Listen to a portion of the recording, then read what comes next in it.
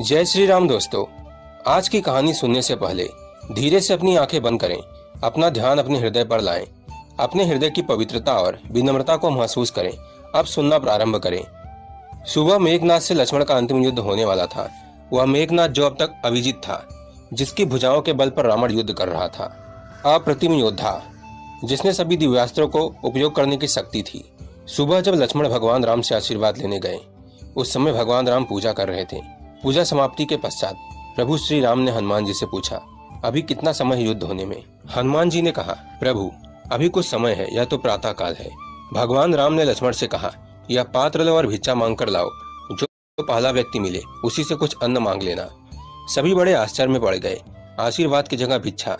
लेकिन लक्ष्मण को तो जाना ही था, क्योंकि यह उनके बड़े भाई की आज्ञा थी। लक्ष्मण जब भिक्षा मांगने के लिए निकले तो उन्हें सबसे पहले रावण का एक सैनिक मिल गया। आज्ञानुसार मांगना ही था।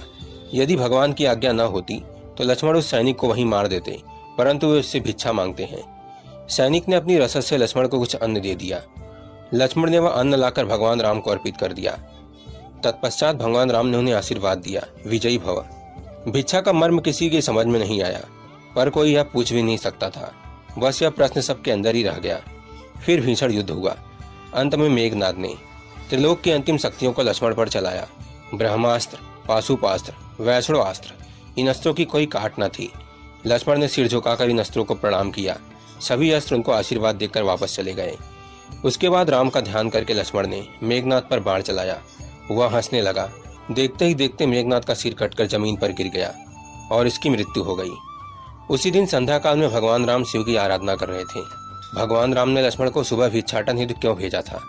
यह प्रश्न तो अभी तक प्रश्न ही रह गया था। हनुमान जी ने कहा, प्रभु आप आज्ञा दे तो एक प्रश्न है। भगवान राम की अनुमति मिलने पर हनुमान जी ने पूछा, प्रभु वह भिक्षा का मर्म क्या है? भगवान मुस्कुराने लगे और बोले, मैं लक्ष्मण को जानता हूँ, वह अत्यंत क्रोधी स्वभाव का है। लेकिन युद्ध को क्रोध से नहीं, विवेक से जीता जाता है। जीवन के हर क्षेत्र में विजयी वही होता है जो उस समय विशेष पर अपने विवेक को नहीं खोता है। मैं जानता था कि मेघनाद ब्रह्मांड की चिंता नहीं करेगा। वह युद्ध जीतने के लिए हर तरह के दिव्यास्त्रों का प्रयोग करेगा। इन अमोघ शक्तियों के सामने ताकत नहीं, सिर्फ विनम्रता ही काम कर सकती थी। इसलिए मैंने लक्ष्मण को सुबह झुकना बताया। एक वीर शक्तिशाली व्यक्ति जब भिक्षा मांगेगा तो विनम्रता उसमें स्वयं प्रवाहित होगी। लक्ष्मण ने मेरे नाम से बाण छोड़ा था। यदि मेघनाद उस बाण के सामने विनम्रता दिखाता तो मैं उसे भी क्षमा कर देता।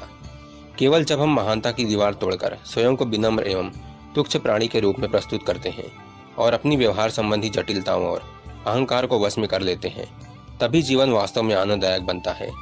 अहंकार को तो बहलाकर हम समर्पण की कला में श्रेष्ठता हासिल कर सकते हैं। यदि आप में विनम्रता और सरलता के गुण हैं तो आप यह मान सकते हैं कि आपके पास वह सब कुछ है जो आपको चाहिए। जय श्री राम।